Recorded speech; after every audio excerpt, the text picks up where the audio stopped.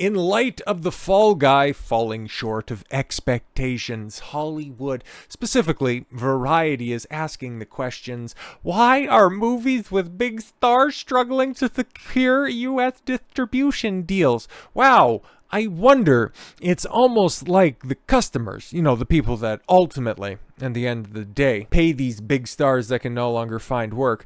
They've been inundated with slop. Not just in 2023, the year of the flop buster, okay? But since what? Pre-pandemic? How long have they been inundated with preachy actors and actresses championing every out-of-touch cause, out-of-date cause, everything that the normal workaday person couldn't care less about? How long has Hollywood tried to be above and leave behind their audience? Are all of those seeds finally blooming their toxic flowers? Are we finally starting to see the repercussions of preachy celebrities? Are we finally starting to see the official collapse of Hollywood and that industry recognizing their follies? No, man, they're still just trying to blame everybody else. But let's look at this. Fresh off his conquering of awards season, Cillian Murphy is a current leading man du jour. He really? Scarecrow, Scarecrow's leading man in Hollywood? Okay, yeah, cool. He was Oppenheimer. That's great. But is everybody talking more about his performance, or are they talking about Christopher Nolan? Or are they talking about Robert Downey Jr.? He was good in it. Okay, I think he won the Oscar or something like that.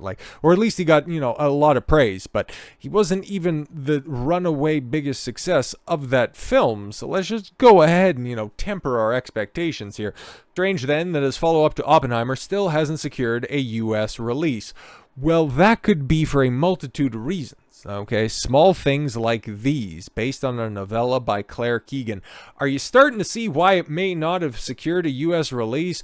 Opened the Berlin Film Festival. Okay, cool. So it's going to be one of these art house films that nobody really cares about. It's still going to be an indie film. Yeah, cool. Cillian Murphy is hot commodity right now. But if you're still trying to pitch a niche project, it's going to have a niche audience. I don't know what else to tell you. It scored solid reviews. Yeah, again, you've got this indie flick, and the best you could do is solid reviews? Berlin Film Festival. Okay, this isn't Sundance. This isn't Tribeca. This isn't one of the big ones. This isn't TIFF. This is the Berlin Film Festival. Okay, an indie film. Okay, whatever. If Cillian's a part of a studio flick, it's going to be different. Okay. Yeah, solid reviews for both Murphy's quietly intense starring role and Emily Watson, turn as a tyrannical nun. Yeah, a performance that won her the Golden Bear.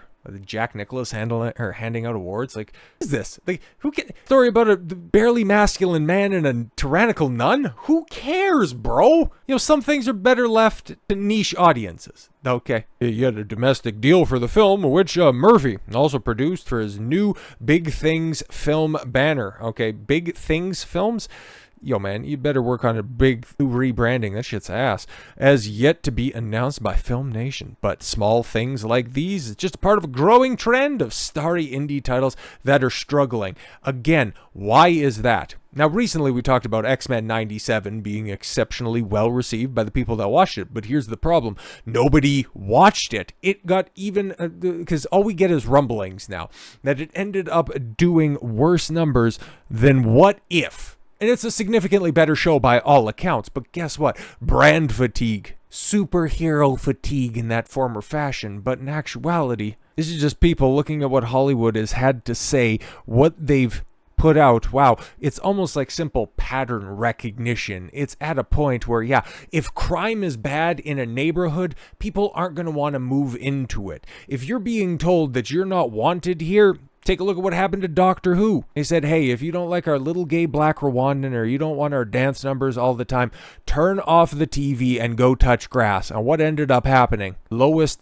ratings in the franchise history. When you produce slop, when you've done nothing to encourage customer engagement, you reap what you sow, stupid. U.S. market has been very slow because of the fact no one seems to have have a pay-one deal anymore, lamented one insider who noted that without automatic slots to fill, distributors are having to find individual partners for the first pay TV window for each individual film. They almost need to seek assurances that they can get a pay-one deal, so that challenges how quickly they can respond or commit to a number. Yeah, and that's another thing, man. Like, these indie flicks used to get made for what, like between $1 and $10 million. Like, I think $10 million would have been a big budget indie flick, but yeah, let's just even kneecap it around $5 million. Okay, like, Star would end up taking a reduced salary because it's just a project that they're really passionate about, and then they could, guess what, get distribution. But here's the thing, man, to put a film into a theater at this point in time, you're asking a lot, because you've got smaller theaters, okay, the seat count and the number of them, very small number of screenings per day. So that's just not going to happen. And then, of course, now, guess what? All of those indie flicks, all of those smaller budget films that would have normally got bought up by the different streaming services, oh, guess what, guys? The streaming bubble has burst. Your opportunity to get experimental on Peacock or Paramount Plus, well, now you're having to go to what? The big streamers that are out there. Max, Netflix. That's about it. And guess what? They're being far more selective now because they're tired of burning money. The only time that they're doing that is through their own first-party offerings, okay? But yeah, Hollywood has conditioned their audiences not really bother going to the theater. And if they are, they got to brace for severe disappointment because, okay, like I've stated before, the last film that I went to the theater to see was Dark Knight Rises. I wasn't the biggest movie goer, but then again, I wasn't necessarily against going to the theaters. And to be completely honest, in the past decade, I haven't been inspired to go check anything out. Missed most of the Marvel craze, unlike most people that are out there, and that's fine. You've probably seen a fair few Marvel films in the theater. I wasn't one of them. I wasn't that engaged with anything past Phase 2. All of those franchise films, they just all started to blend together, look the same. Any new franchises that popped up, I wasn't interested in at all whatsoever. The only thing that's kind of, got me half erect is Joker 2.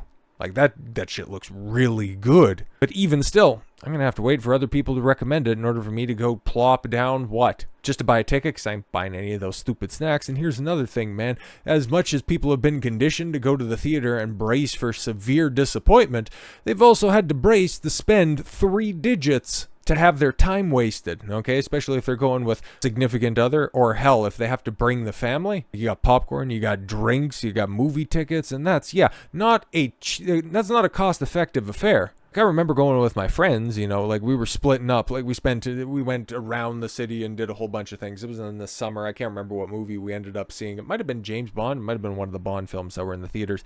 I can't quite remember. I can't pinpoint the date, but yeah, somebody picked up mini golf for the day. Somebody picked up the bill for dinner. Somebody picked up the bill for the movies. I ended up being the guy on the movies, and it was, I think, like 6 or 8 of us. I think everybody ended up, if we were all paired off, you'd end up getting your snacks or anything, but just paying for tickets at that point in time, like that was a non-inexpensive $100 for like 6 or 8 tickets. So yeah, why would you go to the theaters, man? For a film that you could, at least at that point in time, 4 to 6 months later, get it home for $20 on Blu-ray. That's why you can't get your indie films made. That, and well, guess what? Indie films, there's a reason that they're independent. A lot of them are shit. Let's keep it a buck. He said movies with difficult subject matters. We're talking about Scott Schumann, head of AMC Network's film group. That includes IFC Films. He also said the regularity of a certain audience's film going is not yet... still going to try to blame the coof. No, man. You made theaters inexpensive. You've conditioned the audiences to hate what you're going to be putting out there, and you have shown a little respect for their opinions. Why should they come back? No, it's a coof. They just haven't returned to the theaters. Yeah, slouching economy, ballooning prices. Why would they? He said, difficult subject matters are a tougher sell in the current market. No, coherent storytelling is more difficult to find in the current market. Likeable actors that don't go out on press tours and say some of the dumbest shit imaginable. Alan Ritchson going on this spurgy rant about cops killing everybody and not being held accountable. I want to play Batman. Let me tell you about how Orange Man bad. Or Rachel Zegler, hey, come check out the new Snow White live-action remake. We understand that there's a lot of baggage in the fact that Disney is not just financially, but they're also creatively bankrupt. And oh yeah, let's just put an entitled 20-something up there to tell you how about a timeless story is no longer in vogue. It's not a story that can be told anymore. It's not 1934 anymore. Weird. Big shock as to why movies are finding a tough time to find distribution. They can try to blame every single novelty possible. Whenever they can no longer say that, it's the pandemic, they'll move to, the writer's strike was really tough, and there's just fewer movies that are coming out. That's why we're having all of these theaters that were bailed out in 2020, if you do recall, file for Chapter 11 bankruptcy. If it wasn't for the meme stocks, just coming back here last week, AMC would be in a rougher shape towards the end of the year, because you look at the rest of the release schedule where you better hope that Deadpool and Wolverine does gangbusters, because it is a barren slate. Nothing looks like it's going to catch fire by the end of the year. And also, all of these up-and-coming actors exposing themselves as being complete and total nut jobs, that hasn't helped anything. Their inability to get off social media, their inability to just simply shut up and act, has had a negative impact on Hollywood. And now I find it really tough to care if somebody's indie project just can't get off the ground. Aw shucks. Sometimes you don't need excuses, though. Sometimes shit just sucks. So with all that said, thank you all very much for the gift of your time. I've been Don Consuelo. I want you to follow your gut and get after it. Take care, everyone.